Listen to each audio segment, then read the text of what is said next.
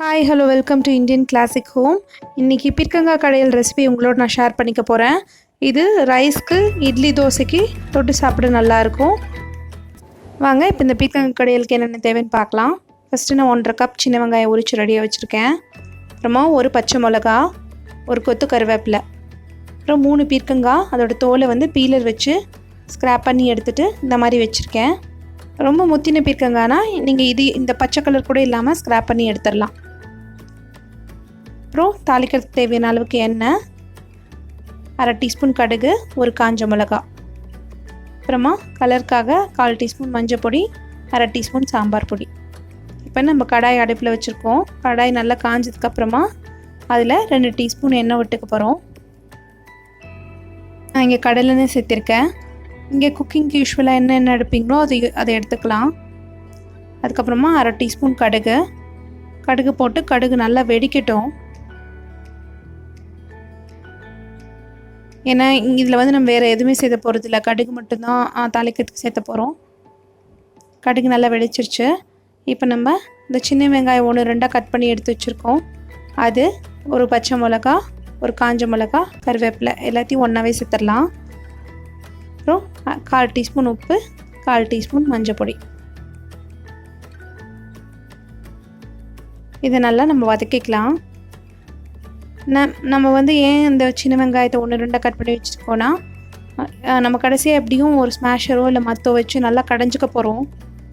So இந்த காயும் சரி இந்த வெங்காயமும் சரி கொஞ்சம் பெரிய பீஸஸாகவே இருக்கலாம். வெங்காயம் நல்லா வதங்கட்டும்.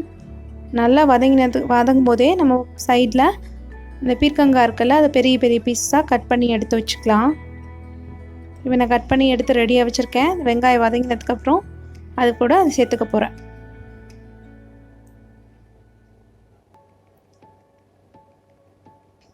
இந்த பீர்க்கங்காய் கடையல் ஒரு 5 மினிட்ஸில் ரெடி ஆகிடும். ரொம்ப ஈஸியும் கூட. நம்ம பீர்க்கங்காய் கட் பண்ணி வச்சுருக்கிறது இது கூட சேர்த்துருக்கோமா, சேர்த்துட்டு ஒரு தடவை நல்லா கிளறி விட்டுக்கோங்க. அப்புறமா இதுக்கு தேவையான அளவுக்கு உப்பு சேர்த்துக்கலாம். இங்கே நான் கல் உப்பு தான் சேர்த்த போகிறேன். முடிஞ்ச வரைக்கும் லிக்விட், அதாவது கொதிக்க வைக்கிற சாம்பார், புளிக்குழம்பு இல்லை எந்த டிஷ்ஷாக இருந்தாலும் கல் உப்பு சேர்த்துட்டிங்கன்னா டேஸ்ட்டும் நல்லாயிருக்கும், உங்களுக்கு ஹெல்த்தியும் கூட. இப்போ நான் இதுக்கு தேவையான அளவுக்கு உப்பு சேர்த்துட்டு திருப்பியும் ஒரு தடவை நல்லா மிக்ஸ் பண்ணி விட்டுக்க போகிறேன். பீர்க்கங்காய் நீர் காயின்றதுனால நிறைய தண்ணி ஊற்றி வேக வைக்க முடியாது. இப்போ நம்ம என்ன பண்ண போகிறோம், இதுக்கு தேவையான அளவுக்கு தண்ணி லைட்டாக ஊற்றிக்க போகிறோம். நீங்கள் லைட்டாக தண்ணி தெளிச்சிக்கலாம். உங்களுக்கு கரெக்டாக அளவு தெரியாது அப்படின்னா லைட்டாக தண்ணி தெளிச்சிக்கலாம். இப்போ நான் ஒரு 2 மினிட்ஸ் வேக விட்டுட்டு இப்போ பார்த்துக்கிறேன் தண்ணி கரெக்டாக இருக்கான்னு. இன்னும் வேகிறதுக்கு தண்ணி இருக்குதுல. ஸோ திருப்பி லிட்டு போட்டு ஒரு 2 மினிட்ஸ் வேக வைக்க போகிறேன்.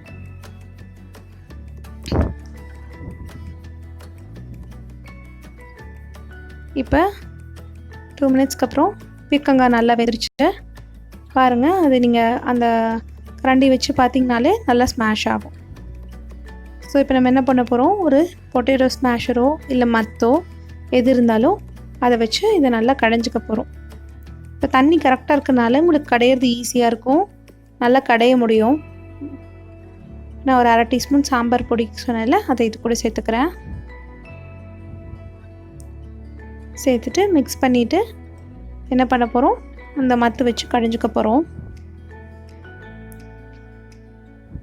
உங்களுக்கு நீங்கள் பிகினர் இல்லை, உங்களுக்கு மத்து வச்சு கடைய தெரியாது, உங்கள்கிட்ட மத்து இல்லைன்னா நீங்கள் என்ன பண்ணுங்கள், கடுகும் காஞ்ச மிளகாயும் தாளிக்காமல் மித்த எல்லாமே சொன்ன மாதிரி பண்ணிவிட்டு மிக்சியில் போட்டு விப்பிங் மோடில், அதாவது லெஃப்ட் சைடில் ஒரு ஓட்டு மட்டும் ஓட்டி எடுத்துகிட்டு அதுக்கப்புறமா தாளிச்சுக்கோங்க. அப்படி நீங்கள் பண்ணிங்கன்னா சின்ன குழந்தைங்களுக்கு கூட கொடுக்கலாம். இது கொஞ்சம் 1-2 தான் கடைவாங்க. இப்போ நம்ம நல்லா மசிச்சுக்க போகிறோம். அந்த காயை நல்லா மசிச்சது லைட்டாக அதுக்கு தேவையான அளவுக்கு தண்ணி விட்டு எடுத்துட்டோம். இப்போ பீர்க்கங்காய் கடையல் ரெடியாக இருக்கு. இது நம்ம ரைஸோடு சாப்பிட்லாம். இந்த மாதிரி உங்களுக்கு இன்னும் நிறைய ஹோம் பேஸ்ட் டிஷ்ஷஸ் வேணும்னா இந்த சேனலுக்கு சப்ஸ்கிரைப் பண்ணிக்கோங்க. தேங்க்ஸ் ஃபார் வாட்சிங். பாய்.